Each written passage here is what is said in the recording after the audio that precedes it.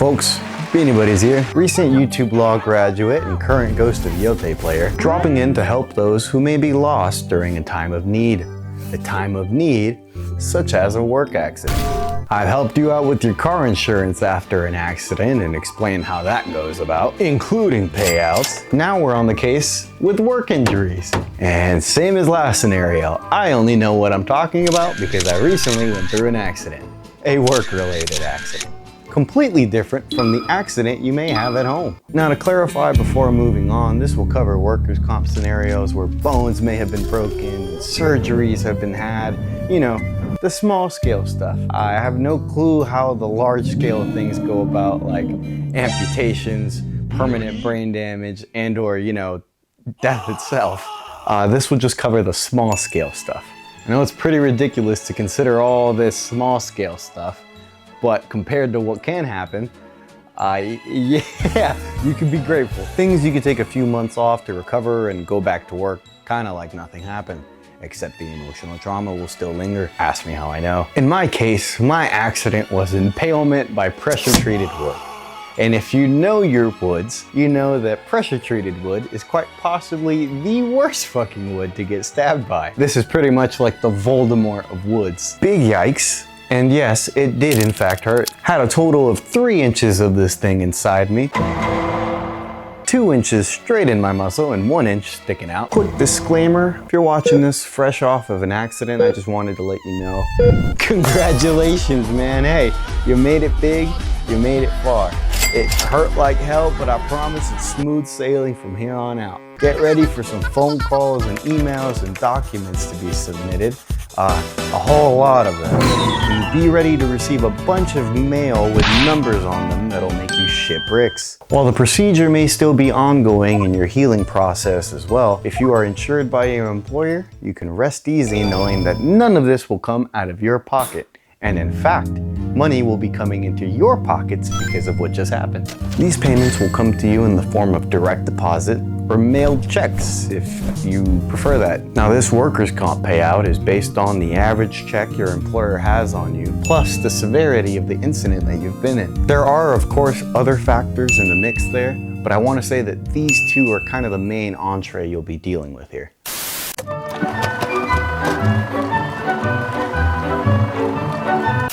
Now, if you did this right, this is pretty much how it should have went for you. You went to work, clocked in, contemplated quitting and reconsidered all life choices that brought you here, and then bam, accident. You're injured and something just doesn't feel right. So you notified your supervisor and boss immediately.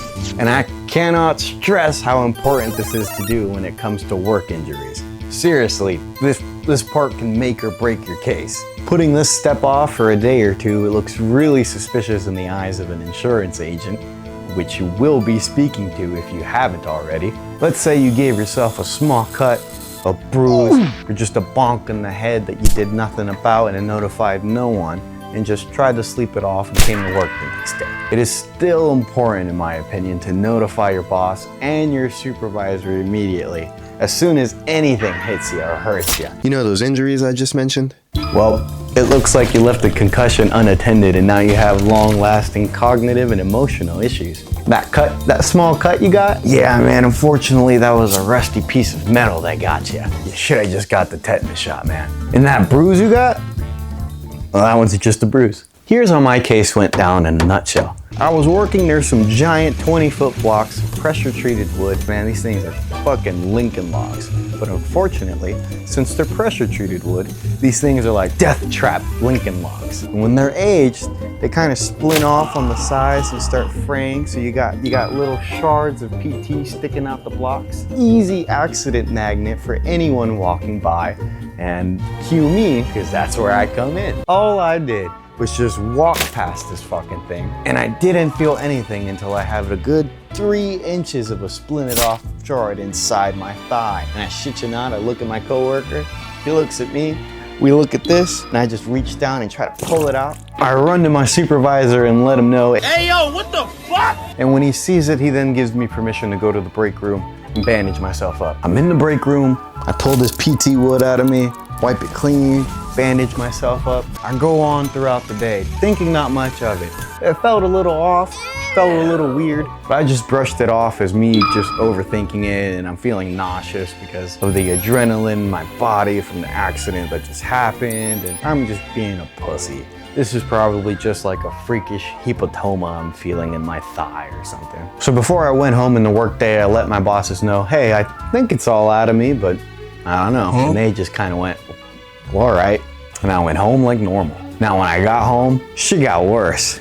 Like hella worse. Started to feel like a stabbing sensation in my thigh every time I applied movement or sat down.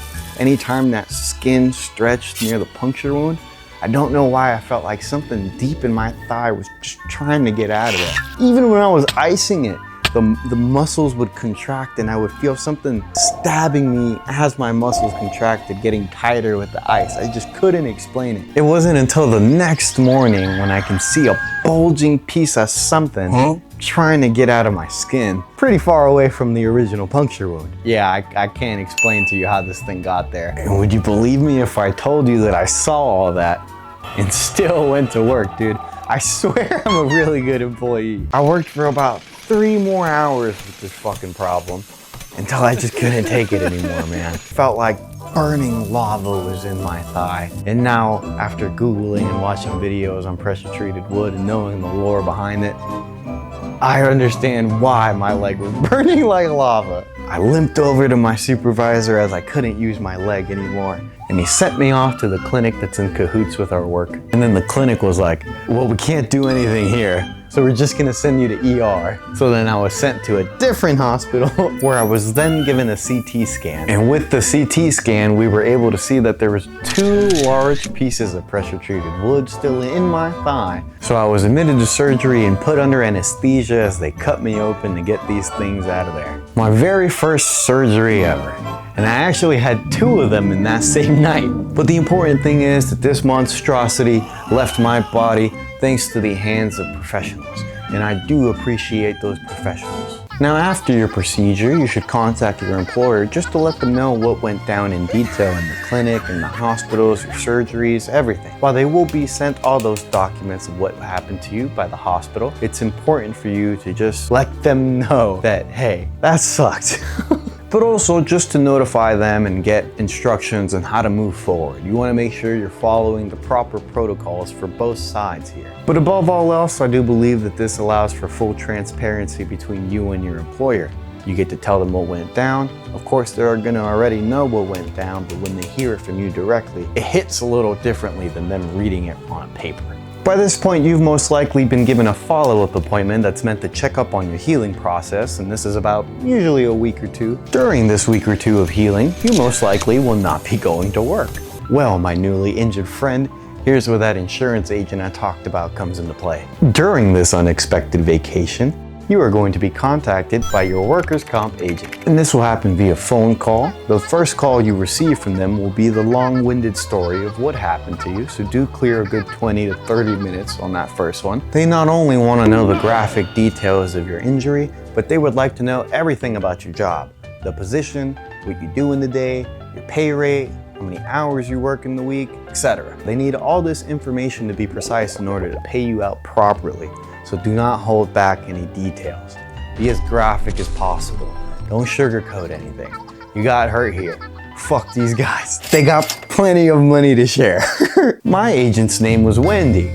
Wendy, if you're watching this, once all this information is gathered from you, you'll be instructed to create an account/portal from that same workers' comp agent. You will be asked a lot of personal information, but completely necessary if you're looking to get paid out as soon as possible. If you lag on this, they will lag on this. Do as you are told and do it immediately. If you are being asked to submit records, documents, and updates via phone calls, your ass better be submitting documents, records, and keeping up updates on phone calls, dude.